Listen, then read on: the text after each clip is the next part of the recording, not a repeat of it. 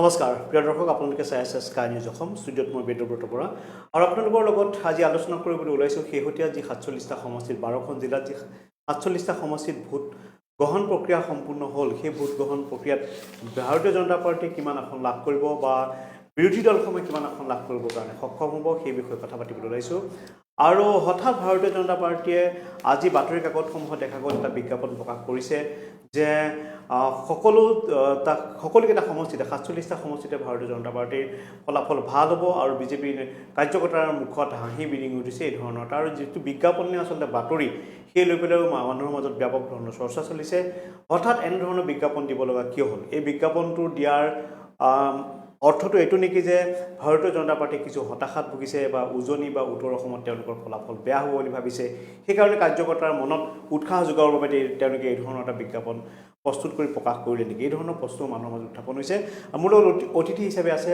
Doctor Debajit Mahanta মই তেখেতক স্বাগতম জনাইছোঁ ভাৰতীয় জনতা পাৰ্টীৰ তেখেতে মুখপাত্ৰ আৰু তেখেত এজন অৰ্থনীতিবিদ বিভিন্ন বিষয়ত তেখেতৰ ইতিমধ্যে সমল ব্যক্তি হিচাপে তেওঁ কাম কৰি আহিছে মই ডক্টৰ দেৱজিৎ মহন্ত আপোনাক স্বাগতম জনাইছোঁ প্ৰথমে আপোনাৰ পৰা জানিব বিচাৰিছোঁ যে ৪৭টা যি বিধানসভাৰ নিৰ্বাচনত ভোট গ্ৰহণ প্ৰক্ৰিয়া সম্পূৰ্ণ হৈ গ'ল তাত আপোনালোকৰ দলে ভাৰতীয় জনতা পাৰ্টি বা মিত্ৰজোঁটে অগপই কিমানখন আসন লাভ কৰিব পোনপ্ৰথমে মই এই যে ৪৭টা সমষ্টিত ভোটগ্ৰহণ প্ৰক্ৰিয়া সমাপন হৈ গ'ল তাত জনতাই যি অভূতপূৰ্ব সঁহাৰি জনাই ভোটদানৰ কাৰণে আহি তেখেতসকলে মৌলিক অধিকাৰ সাব্যস্ত কৰিছে তাৰ কাৰণে মই সকলো ভোটাৰকে ধন্যবাদ জনাইছোঁ আৰু শুভেচ্ছা জনাইছোঁ কাৰণ ৰাজনৈতিকভাৱে যেতিয়া আমি সচেতন হ'ব পাৰিম তেতিয়াহে অৰ্থনৈতিক আৰু সামাজিক উন্নয়নৰ কথা আমি ভাবিব পাৰোঁ এতিয়া আহিছোঁ মই আপোনাৰ প্ৰশ্নটোলৈকে আপুনি সুধিছিলে এই ৪৭টা সমষ্টিৰ ভিতৰত আমি কিমান পাব পাৰোঁ হয় নিশ্চিতভাৱে আমি আশাবাদী ৪৭টা সমষ্টিৰ ভিতৰত আমি ৪০খন আসন পাম বুলি আমি আশাবাদীয়ে নহয় আমি নিশ্চিত ইয়াৰ লগতে কেইটামান সমষ্টিত যদিও খুব তীব্ৰ প্ৰতিদ্বন্দ্বিতা হ'ব তথাপিও আমি নিশ্চিত যে ইয়াৰো কিছু সংখ্যা হয়তো বাঢ়িব পাৰে এইকাৰণে যদি আপুনি চাই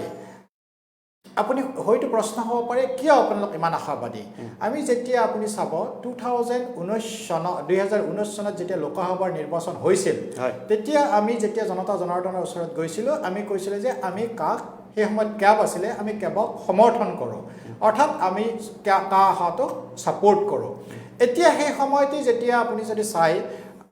তেতিয়া কংগ্ৰেছ আৰু বিজেপি বুলি দুটা আছিল তাৰমানে এটাই কা সমৰ্থন কৰে আৰু এটা পক্ষ আছিল কা বিৰোধী এইবাৰ যদি চাই আপুনি বিশেষকৈ উজনি অসমৰ ফালে যদি চাই তাত আন দুটা দল সংযুক্ত হৈছে যে কাৰ বিপৰীত পক্ষত নামমাত্ৰ বিপৰীত পক্ষত থকা বুলি কয় কিন্তু তেওঁলোকৰ চৰিত্ৰই সেইটো নুবুজায় সেই দুটা হৈছে আঞ্চলিকতাবাদী দল ৰাইজৰ দল আৰু এজেপি গতিকে কা ছাপোৰ্ট কৰা ভোটখিনি একেটাই আছে বিজেপিতেই আছে বিজেপিয়ে অনলি কা সমৰ্থন কৰে কিন্তু যে কা বিৰোধী বুলি শ্লোগান দি ফুৰে সেইটো কিন্তু ভোটটো বিভাজন হ'ব আৰু এই বিভাজনে কিন্তু আমাক নিশ্চিতভাৱে সহায় কৰিব আৰু সেইকাৰণে মই নিশ্চিত যে আমি উজনি অসমত বিশেষকৈ ৪৭টা সমষ্টিয়ে আমাৰ অনাগত সময়ৰ নিৰ্বাচনত কি ফলাফল হ'ব সেইটোৱে দিক নিৰ্ণয় কৰিব হয় ডাঙৰীয়া আপুনি সঠিক কথাই কৈছে আপোনাৰ বিশ্লেষণত কোনো ধৰণৰ মোৰ লগত মত পাৰ্থক্য নাই কিন্তু আপুনি মন কৰিব যে যেতিয়া মহাজোঁট গঠন হ'ল তেতিয়া অসমৰ প্ৰতিটো সমষ্টিতে উজনি অসমতো বহু পৰিমাণে বদৰুদ্দিন আজমলৰ AYDFৰ ভোট আছে আৰু হাগ্ৰামা মহিলাৰী BPFৰ ভোট আছে গতিকে এই দুটা ভোট লগতে CPM CPI যি বাওঁপন্থী তেওঁলোকৰ প্ৰতিটো সমষ্টিতে ভোট আছে আপুনি যদি উদাহৰণ দিব কয় তেতিয়া নাজিৰা সমষ্টিটো ধৰিব পাৰি তাত আপোনালোকৰ ফালৰ পৰা ময়ূৰ বৰগোহাঁইক প্ৰাৰ্থিত্ব আগবঢ়োৱা হৈছিলে তাৰ বিপৰীতে কংগ্ৰেছৰ মহাজোঁটৰ প্ৰাৰ্থী হৈ আছে দেৱব্ৰত শইকীয়া তাতে CPM CPIৰ যথেষ্ট সংখ্যক ভোট আছে এই যে চাৰিটা শক্তি একত্ৰিত হৈছে বা বহুতে ছটা শক্তি বুলি কয় মূলতঃ চাৰিটা শক্তি যে একত্ৰিত হৈছে ইয়াৰ প্ৰভাৱ পৰা বুলি বহুত ৰাজনৈতিক বিশ্লেষকসকলে ইতিমধ্যে কৈছে আৰু সেয়েহে উজনি আৰু উত্তৰ অসমত ভাৰতীয় জনতা পাৰ্টীয়ে বহুকেইটা সমষ্টিত প্ৰত্যাহ্বানৰ সন্মুখীন হ'ব লগা বুলি তেওঁলোকে বিশ্লেষণ আগবঢ়াইছে আপোনাৰ ৰাজনৈতিক উত্তৰটো দিয়াৰ আগতে মই অৰাজনৈতিক কথা এটাৰে উদাহৰণটো আগবঢ়াব খুজিছোঁ সেয়া হৈছে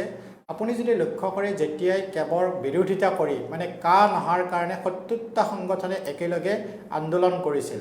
আপুনি যদি পিছত সকলো আমাৰ ৰাইজে এইটো বুজি পোৱা হ'ল যে কাক কিছুমান দল কিছুমান নেতা হিচাপে প্ৰতিষ্ঠিত হ'বৰ কাৰণে বা একোটা একোটা ৰাজনৈতিক দলৰ পৃষ্ঠভূমি হিচাপে কাক ব্যৱহাৰ কৰা হ'ল যাৰ বাবে এই মানসিকভাৱে যিখিনি স্বতঃস্ফূৰ্তভাৱে মানুহখিনি ওলাই আহিছিল তেখেতসকলৰ সন্মানক আঘাত কৰা হ'ল আৰু তাতকৈ ডাঙৰ কথা সেই সময়ত যদি চাই আটাইতকৈ ডাঙৰ যিটো আমি আছু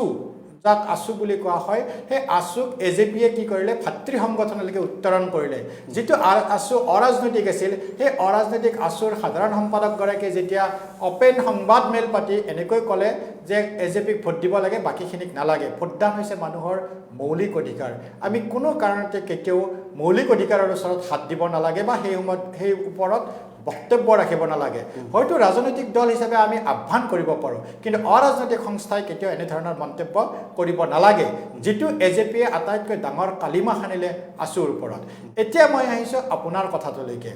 এইটো আমি আগতেই কৈছিলোঁ যে এই যি দুটা আঞ্চলিকতাবাদৰ নামত ভুৱা আঞ্চলিকতাবাদী বা জাতীয়তাবাদী দলৰ সৃষ্টি হ'ল এই দুটাৰ সম্পৰ্ক কিছুদিন আপোনালোকে ৰখক তেতিয়া আপোনালোকে বুজি পাব এই কথাখিনি আমি বহুত দিন আগতে কৈছিলোঁ যেতিয়াই এজেপি আৰু ৰাইজৰ দলে মিলিত হৈছিল আৰু সেই সময়তে মিলিত হোৱাৰ দুদিন পিছতে কংগ্ৰেছৰ উপসভাপতি প্ৰদ্যুৎ বৰদলৈয়ে নগাঁৱত এখন সংবাদমেল পাতিছিলে আৰু সেই সংবাদমেলখনত তেখেতে কৈছিল য'ত ৰাইজৰ দলৰ সভাপতি অখিল গগৈ আৰু এজেপিৰ সভাপতি লুৰিণজ্যোতি গগৈ ডাঙৰীয়াই প্ৰতিনিধিত্ব আগবঢ়াব তাত কংগ্ৰেছে প্ৰতিনিধি আগ নবঢ়ায় তেতিয়াই আমি কৈছিলোঁ যে এই দুটা দলৰ কংগ্ৰেছৰ লগত ভিতৰি বুজা পৰা আছে সেই সময়ত আমাক তীব্ৰ ভাষাৰে সমালোচনা কৰিছিল কিন্তু আজিতো সেই হেৰিটো মানুহে বুজি পোৱা হৈছে তাৰে উদাহৰণ যদি চাই মৰিয়নিত ৰূপজ্যোতি কুৰ্মীক সমৰ্থন জনাবৰ কাৰণে ৰাইজৰ দলৰ সভাপতিয়ে নমিনেশ্যন উঠাই লৈছে আনকি এজেপিয়ে তাত কোনো কেণ্ডিডেটেই দিয়া নাই গতিকে মই ক'ব বিচাৰিছোঁ কি আৰু কিছুমান সমষ্টি আছে আপুনি সেইটো কথা ক'লে ঠিকেই কিন্তু আপুনি মন কৰিব শিৱসাগৰ য'ত অখিল গগৈ ৰাইজৰ দলৰ সভাপতি তাত কংগ্ৰেছে প্ৰতিনিধিত্ব আগবঢ়াইছে আৰু য'ত টিংখাং আৰু দুলীয়াজান য'ত লুৰিণজ্যোতি গগৈ অসম জাতীয় পৰিষদৰ প্ৰাৰ্থী তাতো কংগ্ৰেছে কিন্তু প্ৰাৰ্থীটো আগবঢ়াইছে কিন্তু আপুনি কৈছিল যে বুজাপৰা আছে এইটো প্ৰমাণিত হ'ল কিন্তু ইয়াৰ কথা বুজাপৰা নাইটোহে প্ৰমাণিত হ'ল নহয় আপুনি যদি এই যে অখিল গগৈৰ কথাটো কৈছে সেই সময়ত মই নামটো পাহৰিলে তেখেতসকলৰ সম্পাদক নেকি এখন সংবাদমেল পাতিছিল কংগ্ৰেছক ধমকি দিছিলে যে আপোনালোকে অখিল গগৈৰ বিৰুদ্ধে কিয় প্ৰতিনিধি দিছে এইটোতো সংবাদমেল পাতি দিব লগা কথা নহয় সেইটো হয় তাৰমানে কি বুজায় তাৰমানে আমি অমুকত দিয়া নাই আপোনালোকে তমুকত কিয় দিব আমাৰ সভাপতিৰ সমষ্টিত কিয় দিব এইটো কিমান এটা ধমকি দিয়া বুলি যে কয় ধমকি দিয়াৰ নিচিনাকৈ সেই সংবাদমেলখন যদি আপোনালোকে দৃশ্যশ্ৰাব্য মাধ্যমত এতিয়াও আছে আপলোড হৈ তাত চালে গম পাব গতিকে গণতন্ত্ৰত এনেধৰণৰ কেতিয়াও এনেকুৱা কাৰ্য কৰিব নাপায় গণতন্ত্ৰত ৰাইজেই ৰজা হয় নিশ্চয় ল'ৰা ধেমালি নিশ্চয় আছে ৰাইজৰ দলে নতুনকৈ যিটো দল গঠন কৰিছে তেওঁলোকে কংগ্ৰেছৰ পৰা আশীৰ্বাদো বিচাৰে আৰু কংগ্ৰেছক গালিও পাৰে দুইটা কথা একেলগে নিশ্চয় হ'ব নোৱাৰিব সেই কথা আপোনাৰ বক্তব্যত প্ৰকাশিত হৈছে যি নহওক কিন্তু আপোনাক মূল প্ৰশ্ন যিটো কাৰণে মই আজি এটা নিমন্ত্ৰণ জনাই আনিছোঁ যে আপোনালোক হতাশাত ভুগিছে নেকি যে ভাৰতীয় জনতা পাৰ্টি হতাশাত বা মিত্ৰজোঁট আপোনালোকৰ হতাশাত ভুগিছে নেকি যাৰ কাৰণে আপোনালোকে অসমৰ প্ৰায় সকলো বাতৰি কাকতত বাতৰি নে বিজ্ঞাপন সেই বিষয়টো ধৰিব নোৱাৰাকৈ এনেধৰণৰ এটা হেডলাইন বিজ্ঞাপন দি প্ৰকাশ কৰিলে যিটো কথাৰ কাৰণে আজি সামাজিক মাধ্যমত আপোনালোকক তীব্ৰভাৱে সমালোচনা কৰা হৈছে ইয়াৰ কাৰণটো কি নহয় আমি হতাশাত ভোগাৰ কোনো প্ৰশ্নই নাহে হতাশাত মানুহে কেতিয়া ভোগে যেতিয়াই আমি জনবিৰোধী কাম কৰোঁ এইবাৰ যদি চাই কোনো ধৰণৰ প্ৰতিষ্ঠান বিৰোধী যাক এণ্টি ইনকামবেঞ্চি বুলি কয় তেনেধৰণৰ কোনো প্ৰতিষ্ঠান বিৰোধী ঢৌ চৰকাৰৰ বিৰুদ্ধে নাই তাৰ বিপৰীতে যদি চাই যিটো আমি প্ৰ' ইনকামবেঞ্চি অৰ্থাৎ চৰকাৰৰ সপক্ষেহে ঢৌ আছে আৰু সেইকাৰণেই চিন্তিত হৈছে আমাৰ কংগ্ৰেছ আৰু AUDFৰ নিচিনা কিছুমান জাতিদ্ৰোহী কিছুমান দলে আপুনি যিটো বিজ্ঞাপনৰ কথা কৈছে বিজ্ঞাপন কোনো উদ্দেশ্য প্ৰণোদিতভাৱে দিয়া নহয় বিজ্ঞাপন হৈছে এটা আহিলা গণতন্ত্ৰৰ চতুৰ্থ স্তম্ভ হৈছে সংবাদ মাধ্যম এই সংবাদ মাধ্যম হৈছে জনতা জনাৰ্দনৰ মাজত এৱাৰনেছ জনচেতনা বঢ়োৱা আমি বিশ্বাস আৰু সেইকাৰণে আমি জনতা জনাৰ্দনৰ ওচৰত গৈছোঁ আমি কৈছোঁ যে হয় আমি যে 100+ কথা কৈছোঁ এই 100+ আৰম্ভণি আমাৰ প্ৰথম পেজৰ পৰা হৈছে আৰু সেইটো কথাই আমি জনতাক জনাব কৈছোঁ গতিকে তাত কোনো আমাৰ ভিতৰৰ উদ্দেশ্য নাই আমি যি কৰিছোঁ সন্মুখত আহি কৰিছোঁ হয়, মই এটা কথা, ময়ো সংবাদ মাধ্যমৰ লগত জড়িত। মই এখন দৈনিক কাকতৰ কাৰ্যবাহী সম্পাদক আছিলোঁ। গতিকে বিজ্ঞাপন কেনেকৈ প্ৰকাশ হয় সেই ধৰণে মই জানো। এনেকুৱা কিন্তু বিজ্ঞাপন দিয়াৰ নামত আপোনালোকে যিটো চতুৰালি কৰিছে সেই কথাই নিশ্চয় মানুহক বিভ্ৰান্তি কৰিছে। কিন্তু এই কথাও হয় যে বিজ্ঞাপনটো কেনেধৰণৰ আহিব বা কি বিজ্ঞাপন আহিব সেই কথা শেষ মুহূৰ্তলৈকে সম্পাদকজনে গম নাপায়। কাৰণ তাতে বিজ্ঞাপন বিভাগৰ এটা থাকে আৰু বিজ্ঞাপন বিভাগক আমি যাক কওঁ এড মেনেজাৰ থাকে, য'ত বিজ্ঞাপন চোৱা চিতা কৰে আৰু তেওঁলোকে অকল স্পেচটো ৰাখে ওপৰৰ ফালে। স্পেচ যে ক'ত স্পেচ লাগিব, যে আমাক যেতিয়া এটা লেআউট শ্বীট দি দিয়া হয় সেই লেআউট শ্বীটটোত ক'ত ক'ত বিজ্ঞাপন থাকে, বিজ্ঞাপনৰ যিজন চোৱা চিতা কৰে, বিজ্ঞাপনৰ সচিব যিজন থাকে তেওঁলোকে চোৱা চিতা কৰি এটা স্থান এটা ইতিমধ্যে তাতে বুক কৰি ৰখা হয়। আৰু বিজ্ঞাপনটো কি আহে তেতিয়া আমি জানিব পাৰোঁ যে এইটো অমুক বিজ্ঞাপন আহিব, কিন্তু বিজ্ঞাপনটোৰ কথাখিনি কি থাকে শেষ মুহূৰ্তলৈকে সম্পাদকজনৰ বা বাতৰি কাকতৰ সম্পাদনাৰ লগত জড়িত লোকসকলৰ জনাৰ কোনো ধৰণৰ অৱকাশ নাথাকে। তাত মাত্ৰ লিখা থাকে এইটো বিজেপি বিজ্ঞাপন, এইটো কংগ্ৰেছৰ বিজ্ঞাপন। আৰু বিজ্ঞাপনটো যোনে দিয়ে তেওঁলোক নিজে ৰেছপনচিবল হয় বিজ্ঞাপনটো দিয়াৰ ক্ষেত্ৰত, কাৰণ তাত বিজ্ঞাপন বুলি লিখি থোৱা থাকে। তাৰ কাৰণে সম্পাদকজন বা প্ৰকাশক জগৰীয়া সাধাৰণতে নহয়। কিন্তু যদি বিজ্ঞাপনটো অসামাজিক বিজ্ঞাপন হয় তাৰ দায়বদ্ধতা কিন্তু সম্পাদকজনে ল'বই লাগিব। কিন্তু তাতকৈ গুৰুত্বপূৰ্ণ কথা হ'ল এটা ৰাষ্ট্ৰীয় দলে যেতিয়া এটা বিজ্ঞাপন দিব সেই বিজ্ঞাপনটোত ৰাইজৰ বিৰোধী কিবা কথা থাকিব, ৰাইজৰ বিভ্ৰান্তকৰ কিবা কথা থাকিব পাৰে বুলি সম্পাদকজনে কেতিয়াও নাভাবে বা ভবাটো উচিত নহয়। কিন্তু আজি দেখা গৈছে সামাজিক মাধ্যমত সকলোখিনি বাতৰি কাকতৰ সম্পাদকক বা সম্পাদন বিভাগৰ লগত জড়িত লোকসকলক তীব্ৰভাৱে সমালোচনা কৰা হৈছে আৰু তেওঁলোকক অসমৰ সাংবাদিকতাৰ এইটো মানসিকতাক তেওঁলোকে সমালোচনা কৰিছে। কিন্তু মই এই কথাটো এজন পূৰ্বৰ সম্পাদক হিচাপে জানো যে আচলতে বাতৰি কাকতত কি বিজ্ঞাপন প্ৰকাশ হ'ব সেই কথা শেষ মুহূৰ্ততহে আচলতে এড মেনেজাৰে দিয়ে বা প্লেটত লগোৱা হয় বা তেনেকৈ গুচি যায়। সম্পাদকজন বা সম্পাদনা বিভাগৰ চোৱাৰ কোনো ধৰণৰ অৱকাশ নাথাকে। যি নহওক মহন্ত ডাঙৰীয়া, এই ধৰণৰ আপোনালোকৰ যিটো বিজ্ঞাপন প্ৰকাশ হৈছে সেইটো বিজ্ঞাপনেই, কিন্তু বহুতে হয়তো বিভ্ৰান্তি হৈছে বিজ্ঞাপনটো ভালকৈ চোৱাৰ ক্ষেত্ৰত। তাত কাষত লিখাও আছে পবিত্ৰ মাঘেৰীৰ দ্বাৰা প্ৰচাৰিত বুলি লিখা আছে, ছাইডত পদুম ফুলৰ এইটো দিয়া আছে। কিন্তু আপোনালোকে ইমান কৌশল প্ৰয়োগ কৰিছে আপোনালোকে যে আপোনালোকক আচলতে ধন্যবাদ দিব লাগিব যে আপোনালোকে বাতৰি কাকতত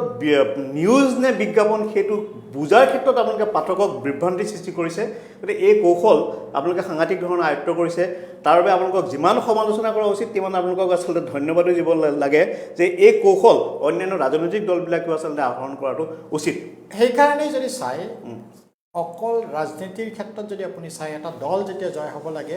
তেতিয়া বিভিন্ন ধৰণৰ তাত বিভিন্ন উইং থাকে। গতিকে তাৰে ভিতৰত এটা মাধ্যম হৈছে প্ৰচাৰ মাধ্যম বা এনেকৈ এডভাৰটাইজমেণ্ট যিটো কৈছে। প্ৰথম কথা মই আপোনাক ধন্যবাদ জনাইছোঁ আপুনি এই কথাখিনি ৰাইজৰ জ্ঞাতাৰ্থে ক্লেৰিফাই কৰি দিয়াৰ কাৰণে। দ্বিতীয়তে মই কওঁ চাওক, মানুহে বিজ্ঞাপনত মানুহৰ বিশ্বাসৰ প্ৰতিফলন হয়। আমি যেতিয়া বিজ্ঞাপনটো দিছোঁ তাৰ মানে আমি যে বিশ্বাসী যে আমি ৪৭টা সমষ্টিৰ ভিতৰত আমি বহুত সংখ্যকেই তাৰ পৰা আসন পাম, সেইটো আমাৰ বিশ্বাস। আৰু সেইকাৰণে আমাৰ গীতাত কোৱা হয় বিশ্বাসে মিলয় হৰি। আৰু আপুনি চাব ২ মে'ত আজি যিখিনি বিজ্ঞাপন বুলি ইয়াত কোৱা হ'ল আমি কৈছোঁ সেই কথাটোৱে কিন্তু সঁচালৈকে উত্তৰণ হ'ব। এই কথা EVM মেচিনে গম পাব, ৰাইজে গম পাব। আৰু ২ মে' তাৰিখে আপোনাৰ কথাখিনি নিশ্চয় আমি মনত ৰাখিম আপুনি এই ধৰণৰ কথা এটা আলোচনা কৰা বুলি। যি নহওক আপোনালোকৰ উজনি আৰু উত্তৰ অসমত ভাল হ'ব বুলি আপুনি দৃঢ়তাৰে কৈছে। আৰু ইতিমধ্যে মাজুলী সমষ্টিৰ পৰা সৰ্বানন্দ সোণোৱাল জয়ী হ'ব বুলিও আপোনালোকে দৃঢ়তাৰে ইতিমধ্যে বিভিন্ন মঞ্চত আপোনালোকে ঘোষণা কৰিছে। কিন্তু কথা হ'ল সৰ্বানন্দ সোণোৱালেই আপোনালোকৰ মুখ্যমন্ত্ৰী হৈ থাকিবনে? আপুনি যেনেকৈ মোক সুধিছে আমাৰ মুখ্যমন্ত্ৰী কোন হ'ব, তাৰ মানে এটলিষ্ট মই আপোনাক ধন্যবাদ জনাইছোঁ। আপুনি এইটো কনফাৰ্ম হৈছে যে আমাৰ চৰকাৰখন আহিব, আপুনি জয় হ'ব বুলি কৈছে। দ্বিতীয়তে তেতিয়াহ'লে আপোনালোকে মোৰ এটা অনুৰোধ, আপোনালোকে হয়তো এনেকুৱাও আমাৰ কংগ্ৰেছ বা AUDFক সোধাটো উচিত আপোনালোকৰ বিৰোধী দলপতি কোন হ'ব প্ৰথম। দ্বিতীয়তে আপোনালোকে এইটোও সোধা উচিত যে বিৰোধী দল হ'ব লাগিলে কিন্তু যিকোনো এটা দলৰ পৰা হ'ব লাগিলে ২২খন ছিট মিনিমাম পাব লাগিব, সেইখিনি পাবনে নাপায়। এতিয়া মই আহিছোঁ যিটো প্ৰশ্ন আপুনি মোক সুধিছে মুখ্যমন্ত্ৰী কোন হ'ব। মই আপোনাক জনাওঁ যে ভাৰতীয় জনতা পাৰ্টীৰ এই ৪০ বছৰীয়া জন্মলগ্নৰ ইতিহাসত য'ত আমি দ্বিতীয়বাৰৰ কাৰণে আমি নিৰ্বাচনত অৱতীৰ্ণ হৈছোঁ তাত আজিলৈকে মুখ্যমন্ত্ৰী কোন হ'ব সেই বিষয়ে আগতীয়াকৈ ঘোষণা কৰা হোৱা নাই। যেনেকৈ মধ্যপ্ৰদেশত আমি দ্বিতীয়বাৰৰ বাবে যাওঁতেও কিন্তু ঘোষণা কৰা নাই। গতিকে এইটো বেছিকৈ চৰ্চিত হৈছে সংবাদ মাধ্যমতে, কিন্তু এইটো আমাৰ কাৰণে এটা নিত্য নৈমিত্তিক কথা য'ত আমি 16খন ৰাজ্যতে এতিয়া আপুনি যদি চাই বিজেপি নেতৃত্বাধীন ৰাজ্য চৰকাৰ আছে তাত দ্বিতীয়বাৰ যেতিয়া আমি ইলেকশ্যনত নিৰ্বাচনত প্ৰতিদ্বন্দ্বিতা হৈছোঁ কোনো কাৰণতে কেতিয়াও কোনো এখন ৰাজ্যত ঘোষিত কৰা হোৱা নাই গতিকে সেইটো অসমতো কৰা হোৱা নাই সেইটোৱেই মোৰ আপোনাৰ প্ৰতি উত্তৰ প্ৰশ্নটোৰ নহয় আপোনাৰ কথাটো মই বৰ বেছি কনভিন্স হ'ব পৰা নাই কাৰণে যে এটা চৰকাৰখন কৰিবৰ কাৰণে যি ধৰণৰ বিধায়কৰ প্ৰয়োজন সেই বিধায়ক ধৰি লোৱা হ'ল ভাৰতীয় জনতা পাৰ্টি আপোনালোকে ছিংগুল লাৰ্জেষ্ট পাৰ্টি হ'ল ধৰি ল'লোঁ মই তেতিয়া আপোনালোকৰ এজন নেতা নিৰ্বাচিত কৰিব লাগিব আপোনালোকৰ দিল্লীতো আপোনালোকৰ হাইকমাণ্ড আছে কিন্তু এইবাৰ দেখা গৈছে যে প্ৰাৰ্থিত্ব প্ৰদানৰ ক্ষেত্ৰত আপোনালোকৰ ডক্টৰ হিমন্ত বিশ্ব শৰ্মাই বেছি অগ্ৰাধিকাৰ লাভ কৰিছে অৰ্থাৎ তেওঁ যাকে প্ৰাৰ্থিত্ব দিব খুজিছে তাকে প্ৰাৰ্থিত্ব দিব তেওঁ পাৰিছে ইয়াৰ বিপৰীতে যিসকলে কৈছিলে আমাৰ বহু প্ৰাৰ্থীৰ লগত আপোনালোকৰ আমাৰ ব্যক্তিগতভাৱে যোগাযোগ আছে আমি টেলিফোনত কথা পাতোঁ তেখেতসকলে কৈছিলে যে মোক মই প্ৰাৰ্থিত্ব পোৱাটো নিশ্চিত কাৰণ মোৰ সৰ্বানন্দ সোণোৱাল ডাঙৰীয়াই মোক প্ৰাৰ্থিত্ব দিম বুলি কৈছে কিন্তু শেষ মুহূৰ্তত তেনে বহু প্ৰাৰ্থী আছে যি প্ৰাৰ্থীয়ে প্ৰাৰ্থিত্ব লাভ নকৰিলে ইয়াৰ অৰ্থটো এইটোৱে মই ক'ব বিচাৰিছোঁ যে এইবাৰ যদি বিধায়ক হিচাপে নিৰ্বাচিত আপোনালোকৰ সংখ্যাধিক যদি হয় বেছি বিধায়ক নিৰ্বাচিত হয় তাৰ গৰিষ্ঠ সংখ্যকে হিমন্ত বিশ্ব শৰ্মাৰ মানুহ বুলি পৰিচিত হ'ব আৰু তেওঁলোক হিমন্ত বিশ্ব শৰ্মাৰ হৈ বিধায়ক হিচাপে নিৰ্বাচিত হ'ব তেওঁলোকে যদি দাবী জনায় যে নহয় আমাৰ নেতা হিমন্ত বিশ্ব শৰ্মা আৰু হিমন্ত বিশ্ব শৰ্মাকহে আপোনালোকে মুখ্যমন্ত্ৰী হিচাপে আমি বিচাৰোঁ তেতিয়া কি হ'ব প্ৰথম আমাৰ দলৰ এটা আদৰ্শ আৰু এটা নীতিত সকলো কাৰ্যকৰ্তাই বিশ্বাসী সেয়া হৈছে আমাৰ কাৰণে দেশ প্ৰথম তাৰে পিছত যদি কিবা ৰয় দলৰ কাৰণে আৰু তাৰ পিছতহে নিজৰ ব্যক্তিৰ কাৰণে এতিয়া আপুনি বাৰে বাৰে এটা নাম কৈছে এটা নামে এটা দল নহয় দলটো এটা সামগ্ৰিকভাৱে সিদ্ধান্তৰ জৰিয়তে পৰিচালিত হয় গতিকে এনেকৈ যদি মোক ক'লেহেঁতেন এইটো দলৰ সিদ্ধান্ত এজন মানুহৰ সিদ্ধান্ত নহয় কাৰণ এইটো এনেকুৱা হয় যেতিয়া এজন কেণ্ডিডেটক ডিক্লেয়াৰ কৰা হয় তাত বহুত কথা লক্ষ্য কৰা হয় তেওঁৰ উইনিং কেপাচিটি আৰু যেতিয়া কেণ্ডিডেটজন ঘোষণা কৰা হ'ব দ্বিতীয়তে যেতিয়া কেণ্ডিডেটজনৰ নাম আমি ঘোষণা কৰিম ঘোষণা কৰাৰ আগতে বিভিন্ন স্ক্ৰিনিং কমিটিৰ জৰিয়তে তেখেতসকলৰ বিভিন্ন ধৰণৰ তেখেতসকলৰ কেনেকুৱা কাৰ্যক্ৰম কেনেকৈ চলি আছে বা কি ধৰণে কৰিলে ভাল হ'ব সেই বিষয়ত বিভিন্ন কমিটি থাকে সেই কমিটিবিলাকৰ পৰামৰ্শৰ পিছতহে এজন নাম ঘোষণা কৰা হয় গতিকে আমাৰ কাৰণে এজন যেতিয়া প্ৰাৰ্থী ঘোষণা হয় তেখেত বিজেপিৰ প্ৰাৰ্থী অসম প্ৰদেশ বিজেপিৰ হৈ তেখেতে নিৰ্বাচনত অৱতীৰ্ণ হ'ব তেখেত ব্যক্তিবিশেষৰ প্ৰাৰ্থী নহয় হয় আপোনাৰ কথাটো হয় দলীয় প্ৰাৰ্থিত্ব লাভ কৰে কিন্তু সেই প্ৰাৰ্থীজন কাৰ মানুহ সেই কথা সকলোৱে জানে আমিও জানো আৰু সাংবাদিক হিচাপে আমি আগতীয়াকৈ গম পাওঁ যে কোনে কোনে প্ৰাৰ্থিত্ব লাভ কৰিব কোন কাৰ তালিকাত আছে যি নহওক আপোনাৰ দলগতভাৱে সেই প্ৰশ্নৰ উত্তৰ দিয়াত কিছু তাতে যদি আপুনি চাই এইবাৰ 32খন নতুন মুখক প্ৰথমবাৰৰ বাবে ভাৰতীয় জনতা পাৰ্টিৰ অধীনত প্ৰতিদ্বন্দ্বিতা আপোনালোকে এইটো কাৰণে ধন্যবাদ পাব দ্বিতীয়তে আপুনি যদি চাই 13জন বিধায়কে নতুন মুখক আগুৱাই অহাৰ কাৰণে নিজে MLAৰ পৰা নেখেলি পেলাই তেখেতসকলক সুবিধা দিছে কওঁতে হয়তো এইটো বহুত সৰু কথা হ'ব পাৰে কিন্তু এজন এক্সিষ্টিং MLAৰ স্থানত থিয় হৈ আপুনি ভাবিলে তেতিয়াহে গম পাব এই সিদ্ধান্তটো লওঁতে তেখেতৰ কাৰণে কিমান কেতিয়াবা বজ্ৰ কঠিন হয় কিন্তু যদি আপুনি চাই সেই MLA কিজনে কিন্তু দলীয় বহুত দায়িত্ব লৈ পেলাই দলৰ প্ৰাৰ্থীক জিকাৰ কাৰণে মনোনিৱেশ কৰিছে মহন্ত ডাঙৰীয়া আমাৰ যিটো ছ'চিয়েল মাধ্যমত আমাৰ যিটো ৱেব পেজৰ লগতে আমাৰ ফেচবুক ইনষ্টা ইউটিউবত আমাৰ যিসকল দৰ্শকে আমাক চাই আছে তেওঁলোকে মতামত দি থাকে তেওঁলোকৰ আমি এতিয়া মন কৰিছোঁ বহু ৰাইজে আমাক এটা প্ৰশ্ন কৰি আছে যে আপোনালোকে বিজ্ঞাপন হিচাপে যিটো প্ৰকাশ কৰিলে সেইটো বাতৰিৰ নিচিনাকৈ কিয় প্ৰকাশ কৰিলে সেই প্ৰশ্নৰ উত্তৰ আপুনি দিব যে তেওঁলোকে এইটো প্ৰশ্ন কৰি আছে মই বহুতেই প্ৰশ্ন কৰিছে সেইকাৰণে আপোনাক মই প্ৰসংগটো উত্থাপন কৰিলোঁ আমি সেই প্ৰশ্নটোৰ উত্তৰ আপুনি নিশ্চয় দিব যে আপোনালোকে বিজ্ঞাপনটো বাতৰিৰ নিচিনাকৈ কিয় প্ৰকাশ কৰিলে যদি বিজ্ঞাপনেই হয় কিন্তু মূল কথা হ'ল যে দ্বিতীয় আৰু তৃতীয় পৰ্যায়ত আপোনালোকৰ মূল যুঁজখন কি হ'ব কাৰ লগত আপোনালোকৰ মূল যুঁজখন হ'ব বুলি ভাবে এতিয়া বহুতেই কৈছে যে দ্বিতীয় আৰু তৃতীয় পৰ্যায়ত যেহেতু হাগ্ৰামা মহিলাৰী আছে যেহেতু বদৰুদ্দিন আজমল আছে যেহেতু CPM CPI আছে নামনি অসমত CPM CPI বহু শক্তিশালী প্ৰাৰ্থী আছে গতিকে আপোনালোকৰ কাৰণে ভাৰতীয় জনতা পাৰ্টি আৰু মিত্ৰজোঁটৰ কাৰণে যথেষ্ট কঠিন হ'ব বুলি বহুতে কৈ আছে আপোনাৰ পৰ্যালোচনা কি দ্বিতীয় আৰু তৃতীয় পৰ্যায় যদি চাই আমি পৰ্যায়ক্ৰমে হয়তো এনেকুৱাকৈ আগবঢ়া নাই কিন্তু এইবাৰৰ নিৰ্বাচনত হয়তো বহু ক্ষেত্ৰত মানুহে কয় আমি সভ্যতাৰ যুঁজ শব্দটো ব্যৱহাৰ কৰা বুলি কয় কিন্তু মই আপোনাক কওঁ 17 বাৰ মোগলে আক্ৰমণ কৰি আমাৰ ভূমিপুত্ৰসকলক পৰাভূত কৰিব পৰা নাছিল সেইকাৰণে আকৌ এইবাৰ শৰাইঘাটৰ ৰণ বুলি ক'লেও অতিৰঞ্জিত কৰা নহয় এইবাৰ ৰণ হৈছে আমাৰ সভ্যতা সংস্কৃতি কৃষ্টি ৰক্ষা কৰাৰ কাৰণে এই কাৰণে যে চাওক এই কংগ্ৰেছ দলৰ যেতিয়া প্ৰাক্তন মুখ্যমন্ত্ৰী তৰুণ গগৈ কৈছিল হু ইজ বদৰুদ্দিন আজি সেই তেখেতৰ পুত্ৰই বদৰুদ্দিনৰ ভৰিত ধৰি কংগ্ৰেছক অসমত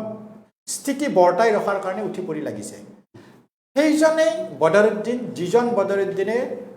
ধমকি দিছে হুংকাৰ দিছে যদি মিত্ৰজোঁটৰ চৰকাৰখন আহে কংগ্ৰেছ আৰু ইউডিএফৰ তেওঁলোকে প্ৰথমখন যি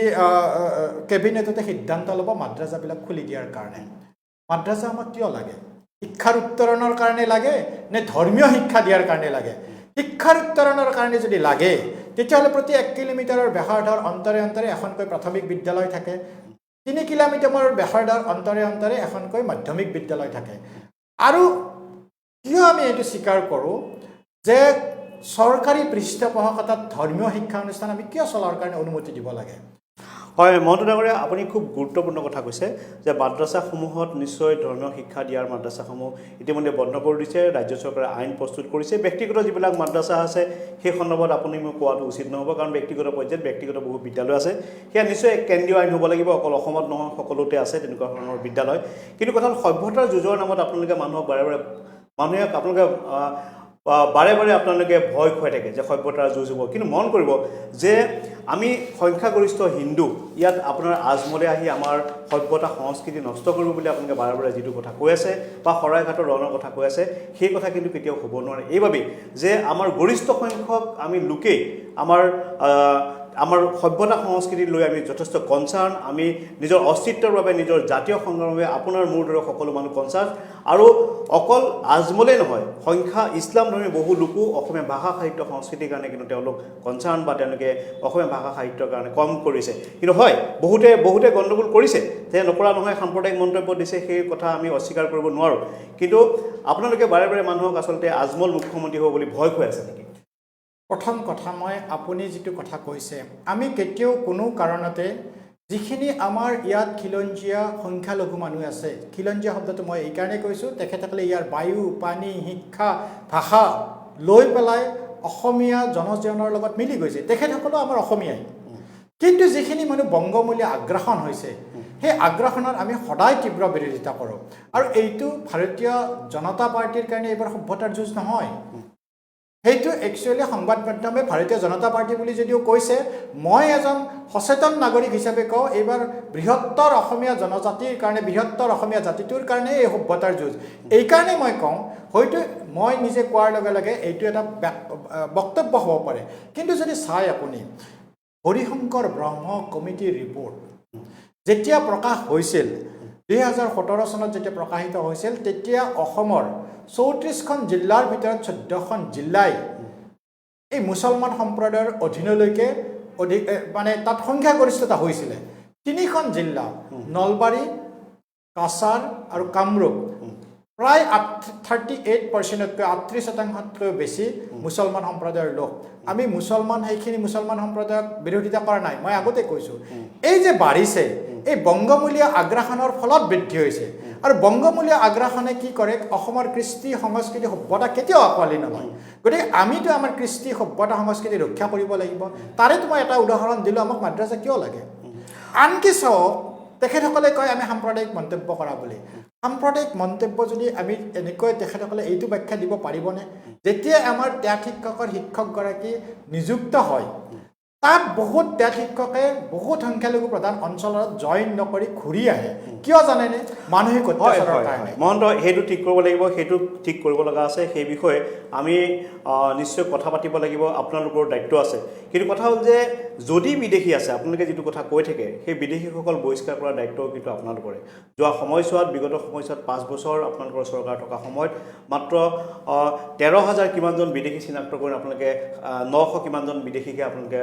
বহিষ্কাৰ কৰিবৰ কাৰণে সক্ষম হৈছে এই বিষয়সমূহ কিন্তু আহিব এতিয়াও কিন্তু ভাৰত বাংলাদেশৰ সীমান্তৰ সম্পূৰ্ণৰূপে কিন্তু এতিয়ালৈকে বন্ধ হোৱা নাই এই কথাবিলাকো আহিব আৰু পূৰ্বৰ ৰাজ্যপাল SK সিনহাই যি প্ৰতিবেদন দিছিলে প্ৰতিবেদনৰ ওপৰতো কিন্তু আপোনালোকে কাম কৰা নাই শেষৰ যিটো কথা হ'ল আপুনি বাতৰি কাকতৰ কথাটো নিশ্চয় ক'ব লাগিব শেষৰ কথাটো হ'ল যে আপোনালোকে কৈছিলে আপোনালোকৰ কেন্দ্ৰীয় গৃহমন্ত্ৰীয়ে কৈছিলে যে কা বলবৎ হ'লেও অসমীয়া জাতিৰ অস্তিত্বৰ প্ৰতি কোনো ধৰণৰ সংকট নাহে এইবাবে যে অসম চুক্তিৰ 6 নং দফা আখৰে আখৰে পালন কৰা হ'ব আৰু অৱসৰপ্ৰাপ্ত ন্যায়াধীশ বিপ্লৱ শৰ্মা ডাঙৰীয়াক লগত লৈ এখন প্ৰতিবেদন প্ৰস্তুত কৰা হ'ল আৰু যিখন প্ৰতিবেদনত আছুৰ নেতৃত্ব আছিলে আপোনালোকৰ আইনজ্ঞ আছিলে নিৰয় দত্তৰ দৰে লোক আছিলে সেই প্ৰতিবেদনখন প্ৰস্তুত কৰাৰ পিছত সেই প্ৰতিবেদনখন কেন্দ্ৰীয় চৰকাৰে গ্ৰহণ নকৰিলে এই প্ৰশ্নটো মই বাৰে বাৰে আপোনালোকক কৰিম যে কি কাৰণে 6 নং দফাৰ প্ৰতিবেদন আপোনালোকে আজিও পেলাই থৈছে আৰু সেইটো আপোনালোকৰ জাতিৰ প্ৰতি কৰা প্ৰতাৰণা হয় নে নহয় মহন্ত ডাঙৰীয়া প্ৰথম কথা চাওক আপুনি খুব স্পৰ্শকাতৰ বিষয় এটাৰ কথা কৈছে সেইটো হ'ল 6 নম্বৰ দফা যদি আমাৰ চৰকাৰখনৰ সদিচ্ছা নাথাকিলেহেঁতেন তেতিয়াহ'লে এই কমিটিখনক বনোৱাৰ ক্ষেত্ৰত যিটো আগ্ৰহ দেখাইছে চৰকাৰে কৰিলেহেঁতেন কিয় প্ৰথম দ্বিতীয়তে আপুনি যদি চাই যোৱা 1985ৰ পিছত যোৱা 35 বছৰে এই ক্লজ 6ৰ প্ৰতিবেদন ক'ত আছিলে আমাৰ চৰকাৰে সংসদৰ মজলিকে লৈ গৈছে তৃতীয়তে অকল ন্যায় নহয় ইমান দিনলৈকে এটা পৃথক মন্ত্ৰালয় ঘোষণা কৰা হৈছিল কিন্তু আমাৰ এই দিনত পৃথক মন্ত্ৰালয় ঘোষণাই নহয় তাত ধনৰ আবণ্টন দিয়া হৈছে আমি যে এই ক্ষেত্ৰত সদিচ্ছা আছে চাওক তাৰে যদি চাই হয়তো এইটো সৰু উদাহৰণ হ'লেও এইটো কিন্তু ইম্পৰ্টেণ্ট প্ৰথমজন শ্বহীদ খৰ্গেশ্বৰ তালুকদাৰৰ 10 ডিচেম্বৰক আমাৰ চৰকাৰে শ্বহীদ দিৱস হিচাপে ঘোষণা কৰিছে 855 জন শ্বহীদৰ প্ৰতি আমি যিখিনি তেখেতসকলৰ প্ৰতি সন্মান জনাই আৰ্থিক অনুদানো কিন্তু আগবঢ়াইছে আনকি 855 জনৰ শ্বহীদৰ স্মৃতিসৌধ কিন্তু আমাৰ গুৱাহাটীত ইতিমধ্যে কাম আৰম্ভ হৈছে লগতে আপুনি যদি চাই তাত এটা কথা হৈছিলে ভাষাৰ ক্ষেত্ৰত ভাষাটোৰ যদি এই অসমৰ যিমান বিদ্যালয় আছে এই অসম চৰকাৰে বাধ্যতামূলকভাৱে অসমীয়া এই ভাষাটো বাধ্যতামূলক কৰিছে আন কিছুমান বিষয় যদি আপুনি চাই যেনেকৈ সীমা সুৰক্ষাৰ কথাটো হৈছিল সীমা সুৰক্ষাৰ ক্ষেত্ৰত যদি আপুনি চাই প্ৰথমটো যিটো মাটি হস্তান্তৰ ভূমি হস্তান্তৰ প্ৰক্ৰিয়াটো যিটো কংগ্ৰেছে সাইন এগ্ৰিমেণ্টখনটো সাইন কৰিলে কিন্তু তেখেতসকলে হস্তান্তৰ নকৰাকৈ আমাৰ মূৰৰ ওপৰত জাপি দি থৈ গৈছিল আনকি 1974তে সেইখন ইন্দিৰা গান্ধীয়ে সেই সময়ত ফাদাৰ অফ বাংলাদেশ বুলি কোৱা হয় মুজিবুৰ ৰহমানৰ লগত সেই চুক্তিখন হৈছিলে তাৰপিছত মনমোহন সিং ডাঙৰীয়াই 2011 চনত তাতে কিছুমান সংশোধনী আনে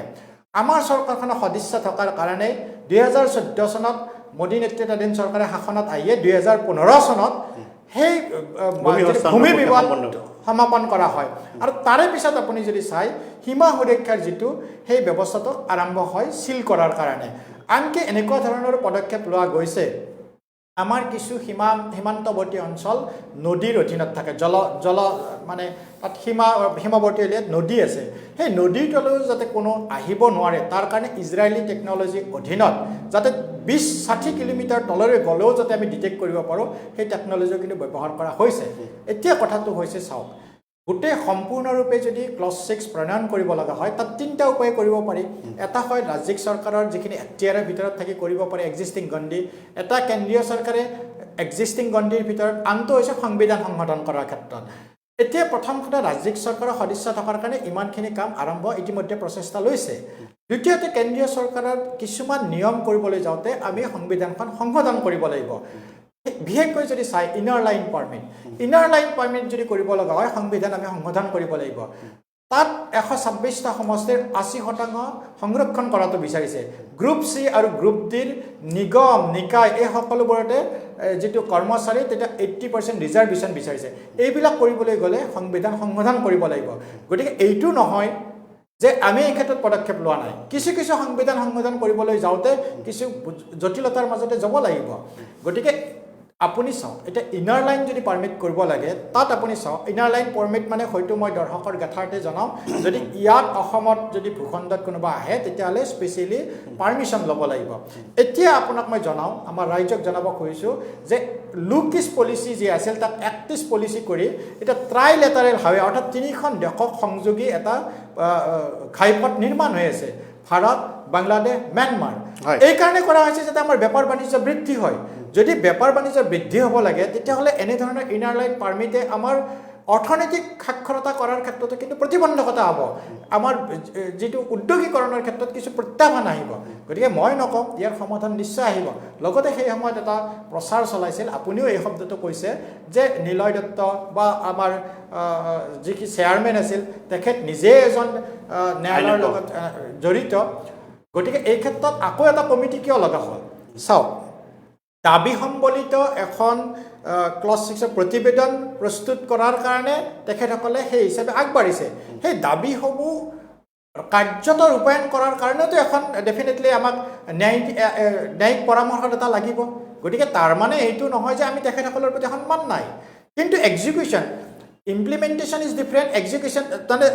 দাবী সম্বলিত প্ৰতিবেদন ছাবমিট কৰাটো এটা ডিফাৰেণ্ট প্ৰক্ৰিয়া আৰু সেইখনক এক্সিকিউশ্যন কৰাটো এটা ডিফাৰেণ্ট প্ৰক্ৰিয়া এক্সিকিউশ্যন কৰিবৰ কাৰণে আমি কিন্তু ন্যায়ালয়ৰ প্ৰক্ৰিয়াৰ মাজতে আমাক ন্যায়িক পৰামৰ্শদাতা আমাক লাগিব কিন্তু মই জনতা জনাৰ্দনক কওঁ যে য়েছ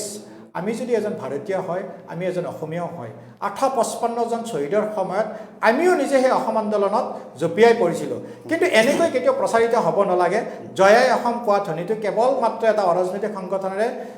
আজন্ম কেতিয়াও নহয় নিশ্চয় নহয় কাৰণ আপুনি চাওক মাননীয় তৰুণ গগৈ ডাঙৰীয়া প্ৰয়াত তেখেতে মুখ্যমন্ত্ৰী হৈ থকা সময়ত বিত্তমন্ত্ৰী আছিল সেই সময়ত হিমন্ত বিশ্ব শৰ্মা বিত্তমন্ত্ৰী আছিলে আৰু হিমন্ত বিশ্ব শৰ্মাই বাজেটৰ একে শেষত জয় অসম তেওঁ লিখিছে জয় অসমটো কোনোবা এইটোতো বাজক দবা বাজক শংখ বাজক মৃদং ফুল অসম আকৌ উন্নতিৰ পথত জয় অসম বুল এই যিটো এইটো লক্ষ্মীনাথ বেজবৰুৱাৰ এটা এইটো কাৰো ধৰণৰ প্ৰতীক সম্পত্তি নহয় আপুনি তেনেকৈ ভবাটো কোনো অৱকাশ নাই ইয়াত কিন্তু আপোনাক শেহতীয়াকৈ যিটো প্ৰশ্ন মানুহে বাৰে বাৰে কৰি আছে যে মোৰ কথাটো হ'ল যে আপোনালোকে অসম চুক্তিৰ 6 নং দফাৰ ক্ষেত্ৰত আপোনালোকে কিন্তু খেলি মেলি কৰিছে সেইটো কিন্তু আপোনালোকৰ এতিয়াও স্পষ্ট নহ'লে কাৰণ আখৰে আখৰে পালন কৰিম বুলি কৈ আপোনালোকে সেইটো পেলাই দিছে দ্বিতীয় কথাটো হ'ল যে আপোনালোকে ৰাইজে যিটো প্ৰশ্ন কৰি আছে যে আপোনালোকে বিজ্ঞাপনটো বাতৰিৰ নিচিনাকৈ প্ৰকাশ কিয় কৰিলে বিজ্ঞাপন আৰু বাতৰি যেহেতু আপুনি নিজে সংবাদ মাধ্যমৰ লগত জড়িত আপুনি নিশ্চিতভাৱে গম পাব বাতৰি আৰু বিজ্ঞাপনৰ মাজত পাৰ্থক্য কি থাকে গতিকে যেতিয়া আইনী প্ৰক্ৰিয়া যেতিয়া এটা নিষেধাজ্ঞাৰ প্ৰক্ৰিয়াৰ মাজত আমি কেনেধৰণে যাব লাগিব সেই ক্ষেত্ৰত মই গভীৰতালৈকে যাব খোজা নাই কাৰণ সেই ক্ষেত্ৰত বিশেষ ক'ব লাগিলে আমি লিগেল এক্সপাৰ্টৰ সহায় লৈ ক'ব লাগিব কিন্তু এটা কথা ঠিক মই এইটোৱেই ক'ব খুজিছোঁ এটা বিজ্ঞাপনৰো মেইন উদ্দেশ্য জনতা জনাৰ্দনৰ মাজত সচেতনতা বৃদ্ধি কৰা গতিকে আমি এনেদৰে ক'লে নহ'ব যিদিনাই আমাৰ দুইটা কংগ্ৰেছ আৰু আমাৰ সংকল্প পত্ৰখন ঘোষিত হৈছিলে তেতিয়াও কিন্তু প্ৰত্যেকখন পেপাৰে কাভাৰেজ কৰিছিলে মানে প্ৰত্যেকখন প্ৰথম পেজত আমি দেখিবলৈ পাইছোঁ নিশ্চয় তাৰ ভিতৰত এনেকুৱাও আমি নিউজ পেপাৰ দেখিব পাইছোঁ যে দুই এখন নিউজ পেপাৰে সেইটো দিয়া নাই হয়তো এইটো নিজৰ কথা থাকিব পাৰে কিন্তু তাৰ মানে এইটো ক'ব নোৱাৰে যে এইটো কিয় নিউজ হিচাপে নিদিলে সংকল্প পত্ৰখন কিয় এডভাৰটাইজ হিচাপে দিলে সেইটো নহয় তাৰ মেইন উদ্দেশ্য হৈছে জনতাক সেইটো জনোৱাটো আৰু নহয় আপুনি ঠিকেই কৈছে যে বিজ্ঞাপন এটা যেতিয়া বুক কৰে কোনো এটা দলে সেইটো শেষ মুহূৰ্তলৈকে সম্পাদকজনৰ চোৱাৰ কোনো ধৰণৰ তাত সুবিধা নাথাকে সেইটো কথা মই আগতেও আপোনাক কৈছোঁ কিন্তু কথাটো হ'ল যে আপোনালোকে এটা কৌশল এই কৌশল আয়ত্ত কৰিছে আপোনালোকে তাৰ ইতিবাচক দিশো আছে নেতিবাচক দিশো আছে যে আপোনালোকৰ এনেকুৱা কোনোবা অভিজ্ঞ লোক আছে ইলেকশ্যন মেনেজমেণ্ট পলিচি অবভিয়াছলি আপোনালোকৰ এনেকুৱা কোনোবা অভিজ্ঞ লোক আছে যি জানে যে এইটো যদি এনেকৈ বাতৰি নিচিনাকৈ দিয়া যায় সকলোৱে চাব আৰু বহু মানুহে হয়তো এইটো বিজ্ঞাপন নহয় বাতৰি বুলিয়ে ধৰি ল'ব সেই ধৰণৰ কথাৰ কাৰণে নিশ্চয় দিছে তাৰ কাৰণে কিন্তু আপোনালোকৰ যি মেনেজমেণ্ট আছে আপোনালোকৰ ইলেকশ্যন মেনেজমেণ্ট যোনে কৰিছে পৰিচালনা সি কিন্তু ধন্যবাদৰহে পাত্ৰ আৰু বাতৰি কাকতসমূহক যি আচলতে দোষাৰোপ কৰা হৈছে সেই দোষাৰোপ আচলতে যুক্তিসংগত দোষাৰোপ নহয় কাৰণ বাতৰি কাকতে বিজ্ঞাপন বিচাৰে বৰ্তমান সময়ত অসমৰ সংবাদ মাধ্যম সাংঘাতিক ধৰণৰ বেয়া অৱস্থাত আছে সংবাদ মাধ্যমৰ কোনো ধৰণৰ বাহিৰৰ বিজ্ঞাপন নোহোৱা হৈছে গতিকে এটা আপোনালোকে এই বিজ্ঞাপনৰ ধৰণ ক'ৰ পৰা আনিছে কিমান ব্যয় কৰিছে সেইটো এটা বেলেগ এটা বিষয় সেই বিষয়ে আলোচনা কৰিব লাগিব আৰু মই সংবাদ মাধ্যমৰ কৰ্মী হিচাপে মই যিটো সংবাদ মাধ্যমক প্ৰতিনিধিত্ব কৰি আছোঁ আমাৰ নিচিনা নিউজ পৰ্টেলবিলাকক আপোনালোকে বিজ্ঞাপন দিয়ে নাই সেয়াও আপোনালোকৰ প্ৰতি অভিযোগ আছে যে আমি কাৰোবাৰ ওচৰত বিজ্ঞাপন বিচাৰি গ'লে আচলতে নিউজ পৰ্টেলবিলাক আমাক বিজ্ঞাপন নিদিয়ে সেই অভিযোগ কিন্তু আপোনালোকৰ থাকিব সেই দুটা পৰ্যায়ৰ যি নিৰ্বাচন আছে সেই দুটা পৰ্যায়ৰ নিৰ্বাচনৰ বাবে আপোনালোকলৈ শুভেচ্ছা জ্ঞাপন কৰিছোঁ আপোনালোকৰ আচলতে ৰণকৌশল কি হ'ব আমি আচলতে ৰাজনীতি শব্দটো ব্যৱহাৰ কৰি আছোঁ যদিও নিৰ্বাচনৰ যি ধৰণৰ কাম কাজ শেহতীয়াভাৱে হৈছে তাক ৰাজনীতি বুলি নকৈ ৰণকৌশল বুলি আচলতে ক'ব লগা পৰিস্থিতি হৈছেগৈ যে আপোনালোকৰ ৰণকৌশল কি হ'ব সেয়া সময়ে সময়ে জনাবৰ কাৰণে আপোনাক আমি নিমন্ত্ৰণ জনাম আৰু আজি ইমানখিনি সময় আমাৰ অনুষ্ঠানত আপুনি সময় দিয়াৰ বাবে আপোনাক ধন্যবাদ আৰু কৃতজ্ঞতা জনাইছোঁ নমস্কাৰ